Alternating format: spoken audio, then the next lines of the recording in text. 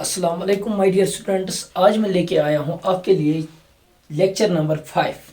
This lecture is one of the most important lecture for your competitive exams.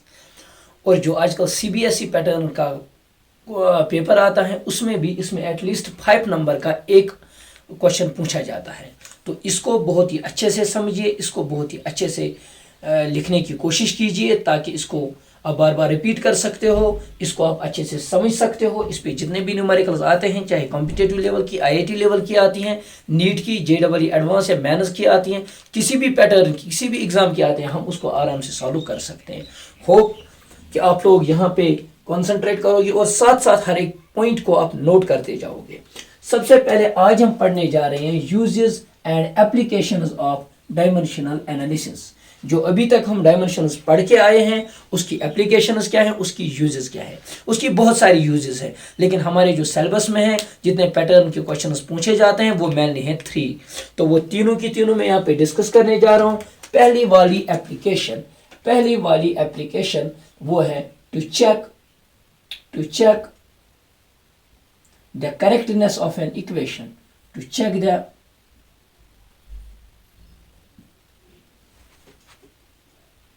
correctness of an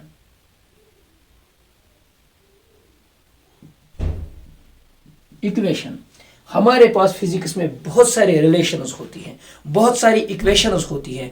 वो equation ठीक हैं या गलत हैं इन टर्म्स ऑफ डायमेंशंस, वो हम इसमें देखेंगे। For example v is equal to u plus a t, s is equal to u t plus half of a t square, v square minus u square is equal to 2as, या कोई भी ऐसी equation हो वो dimensionally correct है या incorrect है, वो हम इसकी मदद से देखेंगे, डायमेंशनल एनालिसिस की मदद से देखेंगे।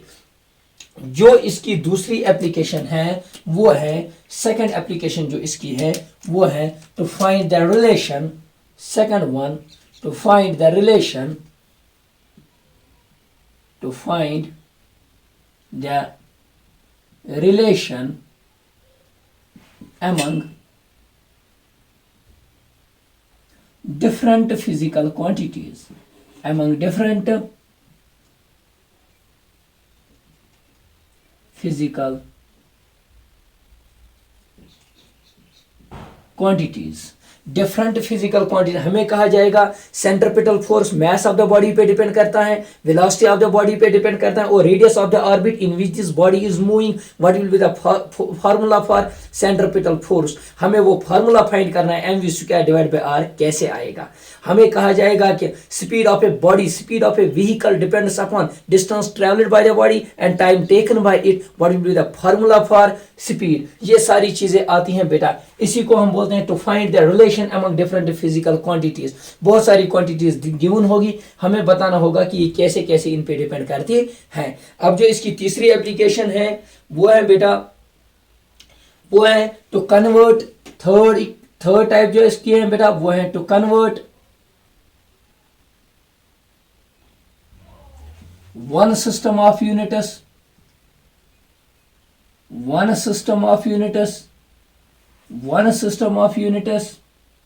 into another,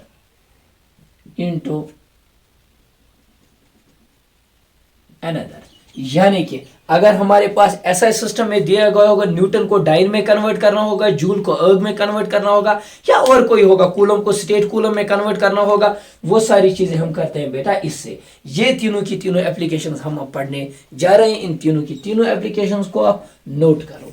सबसे पहले इक्वेशन को अब मैं स्टार्ट कर देता हूं बेटा यहाँ पे, to check the correctness of an equation. एक इक्वेशन को करेक्ट दिखाना है, ठीक है। तो इसके लिए हमें एक चीज पढ़ना है, उसको हम बोलते हैं प्रिंसिपल ऑफ होमोजेनिटी। उसको हम बोलते हैं प्रिंसिपल ऑफ होमोजेनिटी।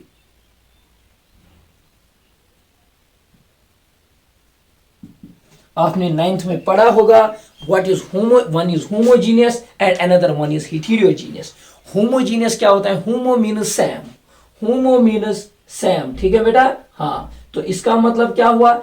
इसका मतलब बहुत आसान और बहुत सिंपल है। मैं आपको एक एग्जांपल दे देता हूं। अगर मान लो हम बेटा मार्केट गए, हमने मार्केट से लाए 4 kg टमाटर, 4 kg टमाटोज हमने लाए, ठीक है बेटा। और मेरा भाई भी मार्केट गया है, उसने भी मार्केट से लाए 5 kg, लेकिन पी या 2 kg मटर उन्होंने लाए, 2 kg पी के लाए, मटर के लाए बेटा, ठीक है। तो आप लोग बताओ घर में कितना जमा हुआ? आप बोलोगे सर 6 kg, लेकिन 6 kg क्या जमा हुआ?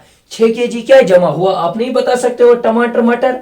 नहीं बता सकते हो बेटा। वाई? क्योंकि हम टमाटर को मटर के साथ ऐड नहीं कर सकते हैं। हाँ, अगर मेरे भैया ने 2 kg लाए बेटा फॉर एग्जाम्पल आलू, और मैंने भी लाए बेटा 3 kg आलू, ठीक है बेटा, मैं कह सकता हूं घर में जमा हो गए 5 kg, लेकिन क्या बेटा? आलू। ये बहुत ही एक सिंपल एग्जाम्पल थी जिससे हमें प्रिंसिपल ऑफ होमोजेनिटी समझ में आएगी। वो क्या कहती है? वो कहती है इस दुनिया का, इस नेचर का नियम ही ये है कि हम सिर्फ लाइक क्वांटिटीज को आपस में ऐड कर सकते हैं, या तो हम लाइक क्वांटिटीज को आपस में सब्ट्रैक्ट कर सकते हैं। हम तो डिफरेंट नेचर के क्वांटिटीज को ऐड या सब्ट्रैक्ट नहीं कर सकते हैं। हाँ, जैसे हम लिखेंगे यहाँ पे मैथमेटिकली x प्लस एक्स अगर लिखना होगा, मैं लिख सकता हूं this is equal to sir 2x, लेकिन अगर x प्लस वाई लिखना होगा, मैं कभी भी नहीं लिख सकता हूं this is equal to 2xy। Sir y ये क्यों है रॉन्ग? ये स्टेटमेंट क्यों है रॉन्ग? ये स्टेटमेंट क्यों है correct? Because this is principle of homogeneity. Principle of homogeneity हमें यही कहता है in every equation only like quantities can be added और सब्ट्रैक्टेड। तभी हम सिर्फ लाइक क्वांटिटीज को ऐड कर सकते हैं या सब्ट्रैक्ट कर सकते हैं। हम दो अनलाइक क्वांटिटीज को ऐड या सब्ट्रैक्ट नहीं कर सकते हैं। तो note down principal of homogeneity. Principle of homogeneity क्या कहता है? Only like quantities can B. इसके दो तरीके, दो स्टेटमेंट्स में आपको लिखवाऊंगा। पहला स्टेटमेंट लिखो, only in an equation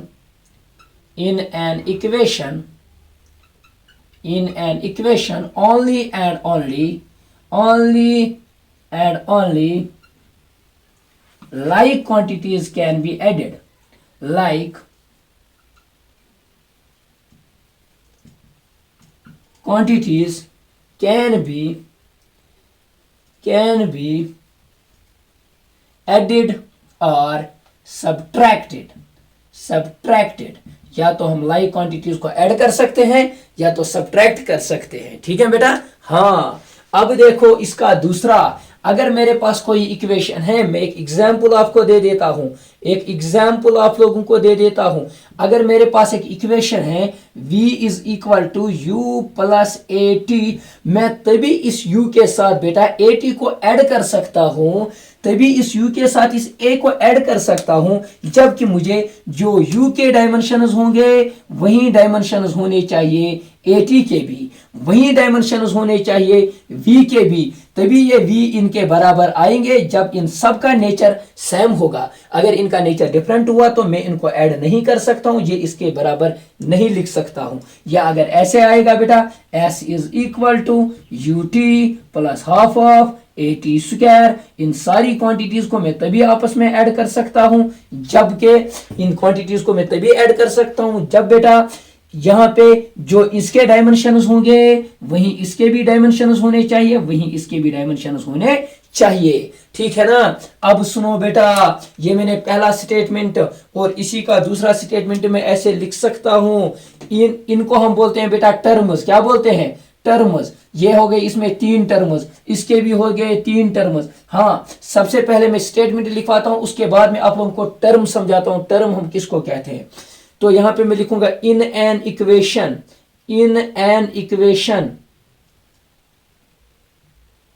every quantity, every term should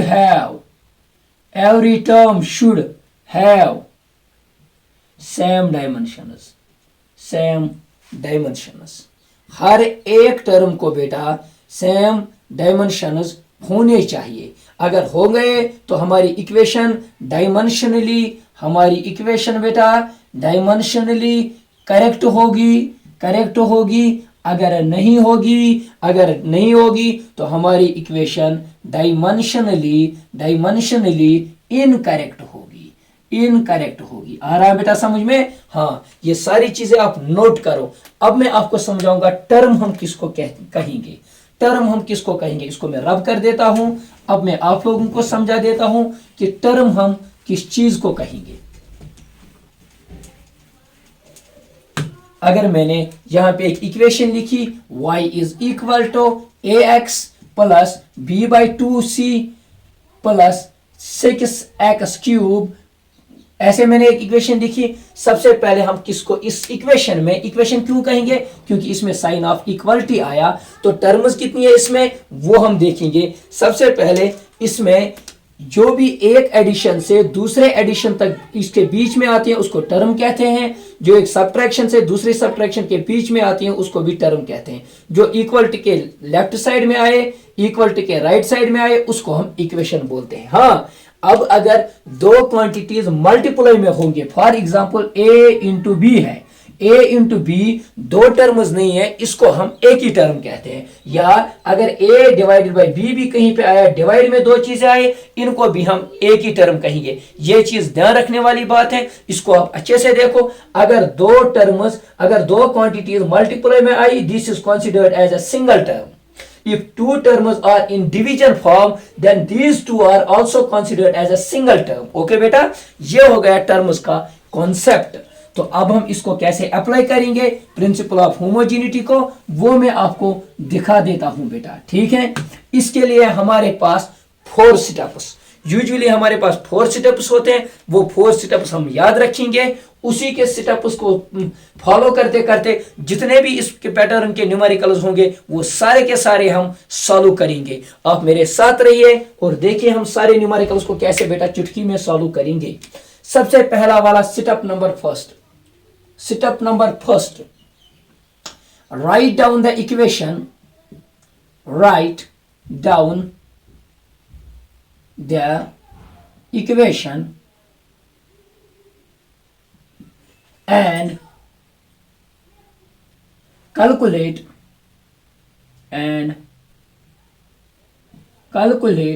number of terms।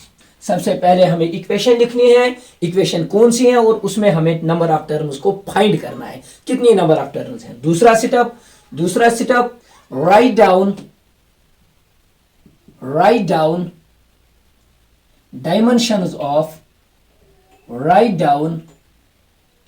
dimensions of each term के डायमेंशंस हमें लिखने हैं। जो कोई भी टर्म है उसके डायमेंशंस हम लिखेंगे। हाँ, फिर क्या करेंगे, now step number third and last step, if the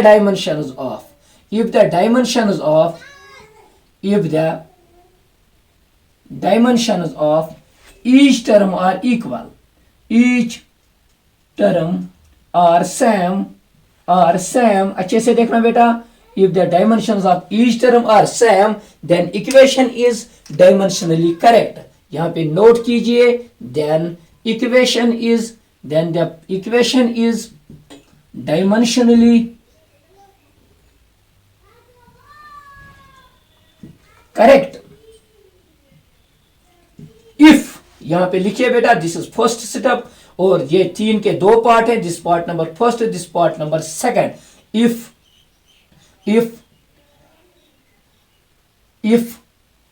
the dimensions of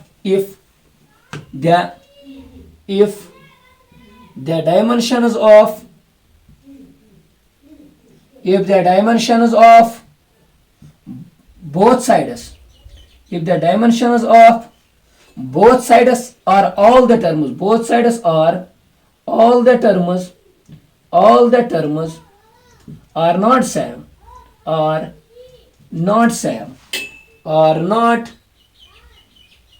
ठीक है बेटा, then the equation is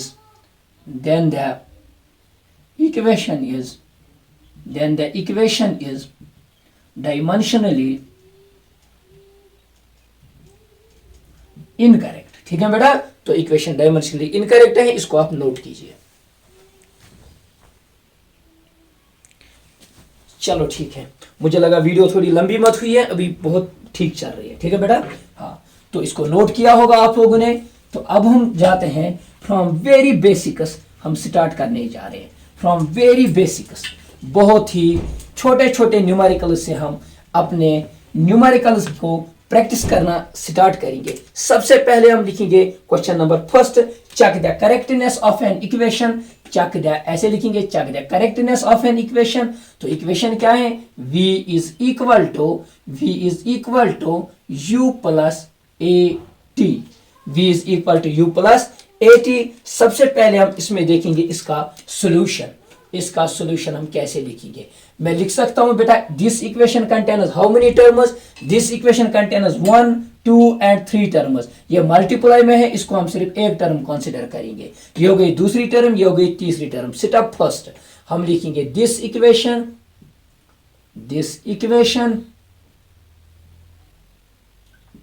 contains only and only 3 terms, है ना बेटा? पहला सेटअप हो गया टर्म्स। हाँ, write down dimensions of each term. हम लिखेंगे T1 is equal to V and T2 is equal to U and T3 is equal to AT। That means अगर डायमेंशन U के बराबर होंगे, U के और AT के बराबर होंगे, फिर ये डायमेंशनली करेक्ट है। अगर इनके बराबर नहीं आए तो ये इक्वेशन डायमेंशनली इनकरेक्ट है। तो लिखने का तरीका, dimensions of T1 is equal to, इसके डायमेंशंस मुझे बताओ, that is L1 T raised power -1। पहले ही हम कर चुके हैं। वेलोसिटी का डायमेंशन होता है L1 T raised power -1। This is initial velocity. Velocity किसी भी टाइप की हो, डायमेंशन इज ऑलवेज बेटा L1 T रेज़्ड पावर -1। अब देखो एक्सेलरेशन का क्या है? L1 T रेज़्ड पावर -2, और ये एक्सेलरेशन नहीं है, इसके साथ T है, फिर हो जाएगा T रेज़्ड पावर 1 इसके साथ multiply.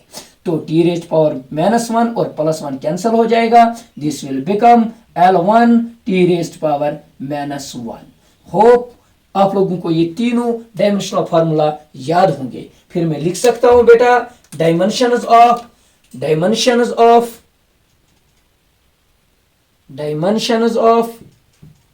term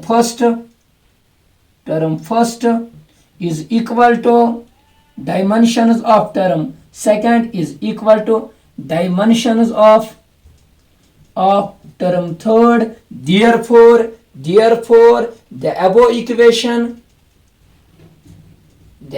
equation is dimensionally बोलो बेटा जल्दी से, is dimensionally correct.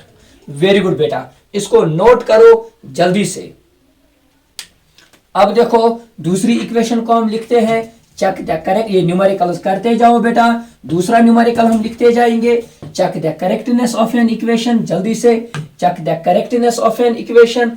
S is equal to, जल्दी से check the correctness of an equation. S is equal to UT plus half of AT square. जल्दी से अब हम इसको करेंगे, इसका सॉल्यूशन देखेंगे। तो मैं लिखूंगा इसका solution, this equation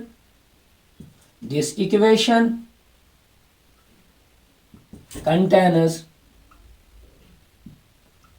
only 3 terms. अब हम जल्दी जल्दी लिखेंगे, ओनली 3 टर्म्स। ये है T1, ये है T2, दिस इज T3। क्योंकि ये मल्टीप्लाई में है पूरा, तो ये बनेगी T3। तो S T1 is equal to S, T2 is equal to UT और T3 is equal to AT square. ठीक है ना बेटा? S इज डिस्प्लेसमेंट, इसका डायमेंशनल फार्मूला L1 क्योंकि ये लेंथ होती है। U का है L1 T raised power -1 because this is initial velocity, और टाइम का आएगा T1 cancel, this will become बेटा L। ठीक है ना? अब यहां पे देखो AT स्क्वायर का क्या आएगा? एक्सेलरेशन का आएगा L1 T रेज़्ड पावर -2, ये आएगा एक्सेलरेशन का, और T का आएगा T स्क्वायर और -T cancel, this will become L। Therefore the dimensions of, अच्छे से देखना, therefore dimensions of T1 is equal to T2 is equal to T3. Therefore, this equation is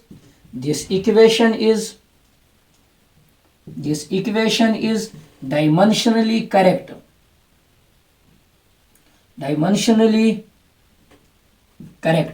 इसको भी आप जल्दी से नोट कीजिए। ठीक है, अब और एक इक्वेशन हम देखेंगे। चलो इसको मैं रब कर देता हूं जल्दी से। अब और एक इक्वेशन हम देखेंगे, और एक न्यूमेरिकल देखेंगे। check the correctness of an equation. T is equal to 2 pi under root of L divided by G। एक इक्वेशन गिवन है आप लोगों को, हमें ये कहना है ये इक्वेशन डायमेंशनली करेक्ट है या इनकरेक्ट है। तो सॉल्यूशन जल्दी से मुझे बताओ, इसका सॉल्यूशन मुझे जल्दी से बताओ। दिस इक्वेशन कंटेन्स, ऐसे लिखेंगे, this equation contains only and only two terms। 2t means two terms। ठीक है, first t1 is equal to t and t2 is equal to 2 pi under root of L by G।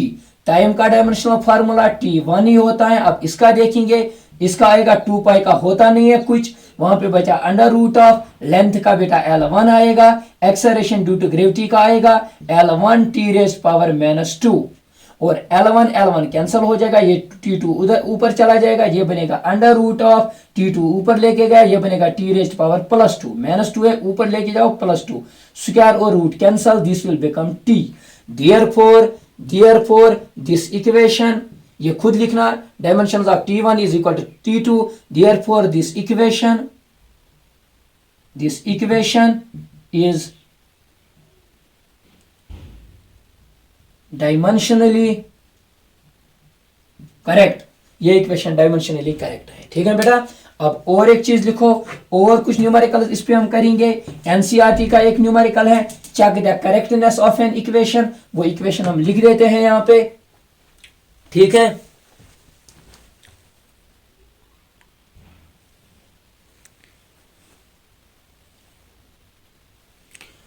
चलो तो ये हमारे पास question है। ये question आप लिख सकते हो, in the gas equation P + A by V square into V minus B is equal to R into T, where T is temperature, V is volume, ठीक है, T is absolute temperature, P is pressure and V is volume। What are the dimensions of A and B? हमारे पास जो question है, हमें ये बेटा JEE 2013 में भी पूछा गया है, और ये इससे पहले PMT में भी बहुत बार पूछा गया है, और बेसिकली ये है हमारे NCERT का न्यूमेरिकल। ठीक है बेटा, हमारे पास सिर्फ दो क्वांटिटीज फाइंड करनी है, A एंड B। ठीक है बेटा, इसका सोल्यूशन आप देखिए। A एंड B को कैसे फाइंड करेंगे, इसको हम लगाते हैं principal of homogeneity. Actually this application of principal of homogeneity, वो क्या कहते हैं, सिर्फ हम लाइक क्वांटिटीज को ऐड कर सकते हैं या लाइक क्वांटिटीज को सब्ट्रैक्ट कर सकते हैं। इसका मतलब ये हुआ, अगर मैं देखूंगा पहले ये B कहां पे आता है, V minus B। अच्छे से देखना बेटा, ये V कहां आता है, ये आता है एक टर्म में V minus B। V is what? V is given, V is volume। यहां पे आप देख सकते हो V is volume। बोलो वॉल्यूम में हम क्या सब्ट्रैक्ट कर सकते हैं? सर वॉल्यूम में हम वॉल्यूम ही सब्ट्रैक्ट कर सकते हैं। दैट मीन्स B के डायमेंशंस B should have, अच्छे से देखना, डायमेंशंस ऑफ V, वाई, क्योंकि तभी हम इसको सब्ट्रैक्ट कर सकते हैं। लिखने का तरीका, B के डायमेंशंस क्या होंगे, वही जो वॉल्यूम के हैं। वॉल्यूम के डायमेंशंस क्या हैं बेटा, L raised power 3।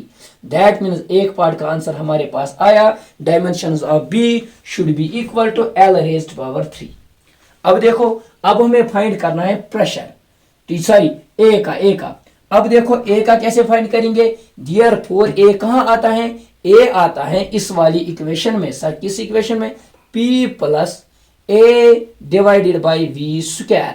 That means हम प्रेशर के साथ कुछ ऐड कर रहे हैं, हम प्रेशर के साथ एक टर्म को ऐड कर रहे हैं। इस टर्म के डायमेंशंस डेफिनेटली वही होने चाहिए जो प्रेशर के होंगे। ठीक है ना, तो मैं लिख सकता हूं A by V square should have dimensions of pressure. ठीक है, A का डायमेंशंस पता नहीं, V का पता, और प्रेशर का भी हमें पता है। अगर पता नहीं होगा तो लिखेंगे pressure is equal to force applied per unit area. इसका है M1 L1 T raised power -2 divided by R raised power 2। 2 और 1 cancels out, this will become M1, इसको ऊपर ले आओ, R raised power -1 T raised power -2।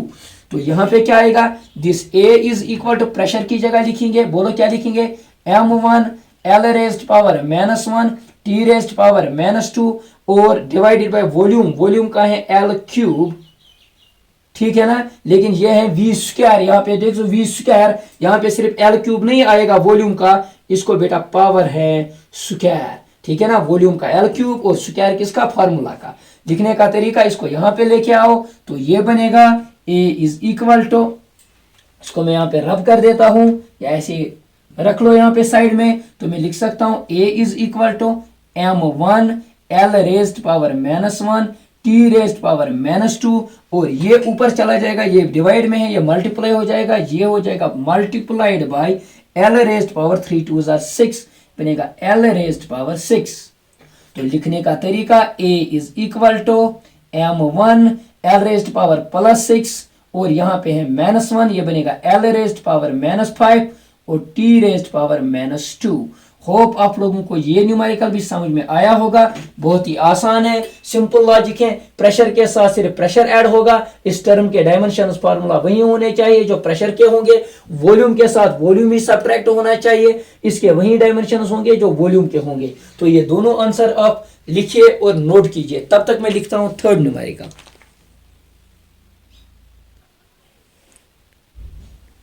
तो ये हमारे पास नया है क्वेश्चन, हमारे पास नया क्वेश्चन जो यहाँ पे आया है, force of F is given by an equation F is equal to AT plus BT square where T is time and what are dimensions of A and B। हमें फाइंड करना है A और B के dimensions. तो मैं लिख सकता हूँ इसका सोल्यूशन, अच्छे से देखना बेटा, दिस इक्वेशन, अब मैं तेज तेज ही लिखूंगा, this equation contains 3 terms 3T, ठीक है बेटा। T1 is equal to F, F के डायमेंशन अब हमें जुबानी याद है, m1 l1 t raised power -2, T2 is equal to AT and T3 is equal to BT square. वहीं से कह रहा है T जो है हमारे पास ये टाइम है, A and B are constants, हमें इन A और B के डायमेंशनल फार्मूला फाइंड करने हैं। तो AT के डायमेंशंस वही होने चाहिए जो F के हैं और AT के वही होने चाहिए जो BT के हैं, है ना, सब टर्म के डायमेंशंस सेम होने चाहिए। मैं लिख सकता हूं बेटा, by the principal of homogeneity, by the principle of homogeneity, AT should have dimensions of force that is equal to m1 l1 t raised power -2, A is equal to m1 l1 t raised power -2 divided by t, why t, क्योंकि ये t इसके साथ multiply है, t का ये t ऊपर चला जाएगा, ये बनेगा t raised power -1 और ये इसके साथ ऐड हो जाएगा, this A will be equal to m1 l1 t raised power -2 और इसको ऊपर लेके आए, ये बनेगा -t रेज्ड पावर -1 बनेगा, this A is equal to m1 l1 t raised power -3। इसको आप नोट कीजिए बच्चा, ये है A के डायमेंशंस। अब सिमिलरली मुझे B का बताइए, तो A का आप लोगों ने लिखा होगा, अब हम लिखते हैं B का, जल्दी से A का लिखो।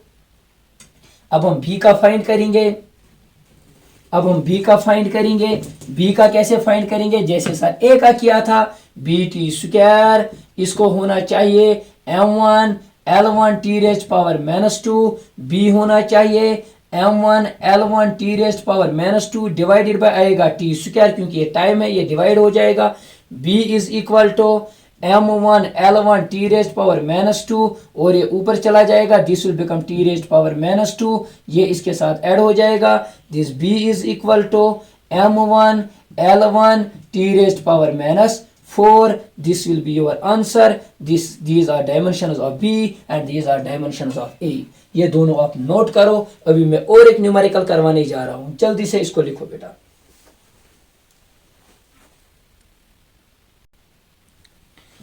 तो ये है हमारे पास और एक न्यूमेरिकल, मैं आपको न्यूमेरिकल दिखा रहा हूं बेटा, हर एक पैटर्न पे, जितने भी पैटर्न पे न्यूमेरिकल्स आते हैं, मैं आपको हर एक पैटर्न पे एक एक न्यूमेरिकल दिखाता हूं, उसी पैटर्न पे ट्राई करना, आपको हर एक न्यूमेरिकल इंशाल्लाह आएगा। तो हम यहाँ पे लिखेंगे, ये क्या कह रहा है, इन the terms of t is time in the terms of t and distance नहीं, just wait, ये है रियलिटी में in the terms of time t, in the terms of time t and distance x, the force is given by, force हमें इस equation से given है बेटा, देन dimensions of a by b and c by d are, a by b के dimensions क्या होंगे और c by d के डायमेंशंस, ये प्री मेडिकल टेस्ट 2015 में पूछा गया है। तो इसका लॉजिक क्या है, इसका लॉजिक ये है बेटा, साइन ऑफ सी टी जो है, सॉल्यूशन इसका देखो, पहले मैं आपको समझाऊंगा।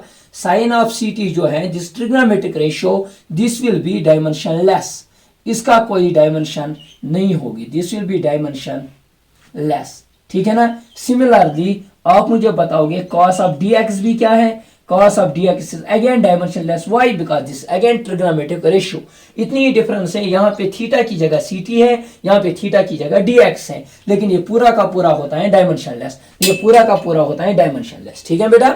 अब देखो आगे, पहले मुझे निकालना है a डिवाइडेड बाई b, तो अगर ये डायमेंशनलेस है, ये भी डायमेंशनलेस है, सबसे पहले मैं लिखूंगा इसका solution a divided by b, a divided by b क्या बचेगा, a डिवाइडेड बाई b बचेगा, a का डायमेंशन, इस टर्म का डायमेंशनल फार्मूला होना चाहिए फोर्स के बराबर, इस टर्म का भी होना चाहिए फोर्स के बराबर, that will be become force divided by force and this will become dimensionless, this will become dimensionless, why? क्योंकि ऊपर भी आएगा m1 l1 t raised power -2, नीचे भी आएगा m1 l1 t raised power -2, तो ये बनेगी डायमेंशनलेस। सर ये टर्म्स कहां पे गई, sin ct, this is trigonometric ratio dimensionless, cos of dx trigonometric ratio dimensionless, खेल खत्म।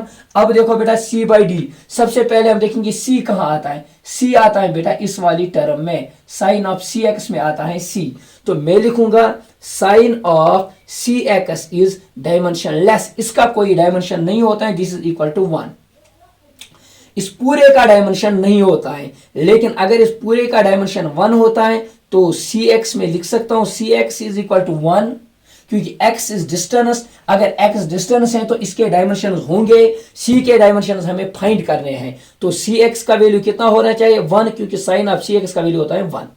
अब देखो c का वैल्यू कितना होगा 1 बाई x, c का वैल्यू होगा, सॉरी ये है ct, मैंने गलत लिखी इक्वेशन, मुझे लिखना था sine of ct, sine of ct should be equal to 1, therefore ct is equal to 1, c is equal to 1 by t, c is equal to t raised power -1, t raised power -1 are dimensions of c, ठीक है।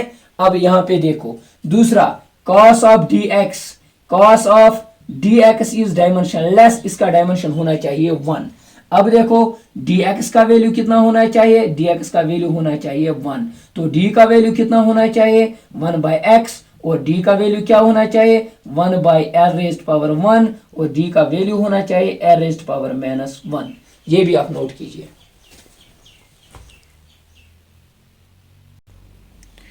ये numerical भी हमारा complete हो गया। अब हम लिखते हैं बेटा इसकी कुछ लिमिटेशंस, इसके कुछ ड्रॉबैक्स हैं जो हमने पहली एप्लीकेशन पढ़ी, to check the correctness of an equation, इसके कुछ ड्रॉबैक्स अब हम पढ़ने जा रहे हैं, कुछ ड्रॉबैक्स है इसके, ठीक है बेटा। तो वो ड्रॉबैक्स क्या क्या है हमें वो मैं आप लोगों को बता देता हूं। पहला ड्रॉबैक ये है, a dimensionally correct equation may not be numerically correct. इसका मतलब क्या है, dimensionally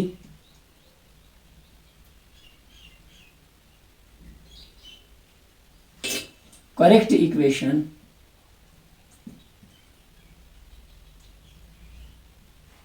may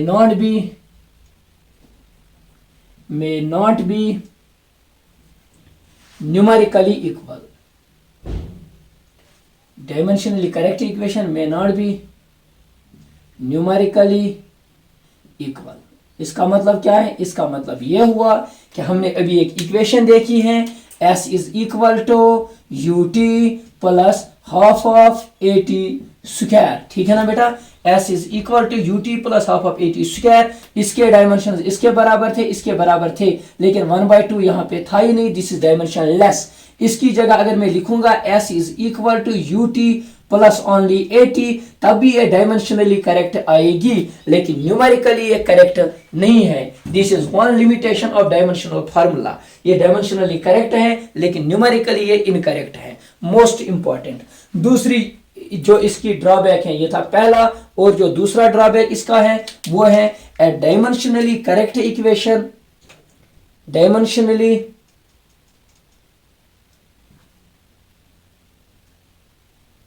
correct equation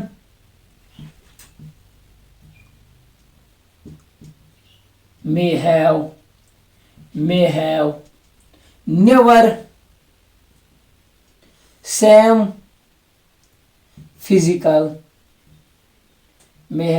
same physical meaning। इसका मतलब क्या हुआ? अब मेरे पास अगर एक साइड से होगा फॉर एग्जाम्पल वर्क डन, दूसरे साइड से होगा काइनेटिक एनर्जी प्लस होगी पोटेंशियल एनर्जी। जो डायमेंशन वर्क डन का वही काइनेटिक का वही पोटेंशियल का। डायमेंशनली ये इक्वेशन करेक्ट है, लेकिन फिजिकल मीनिंग अगर हम इसकी देखेंगे, वर्क डन की फिजिकल मीनिंग अलग है, काइनेटिक एनर्जी की फिजिकल मीनिंग अलग है, और पोटेंशियल की फिजिकल मीनिंग अलग है। ठीक है बेटा, फिजिकल मीनिंग डिफरेंट क्वांटिटीज की डिफरेंट हो सकती है, लेकिन उनका जो बेटा डायमेंशनल फार्मूला वो सेम भी हो सकता है। ये दो इसकी लिमिटेशंस थी। इसी के साथ हमारी पहली एप्लीकेशन कंप्लीट हुई। इंशाल्लाह कल मैं लेके आऊंगा आपके लिए दूसरी एप्लीकेशन, जो कि बहुत ही ज्यादा इंपॉर्टेंट है आपके नीट के लिए एज वेल एज आपके इसके लिए कॉम्पिटिटिव एग्जाम के लिए, नीट के लिए भी, जेईई एडवांस के लिए भी और मेंस के लिए भी। ठीक है, thank you, have a nice day.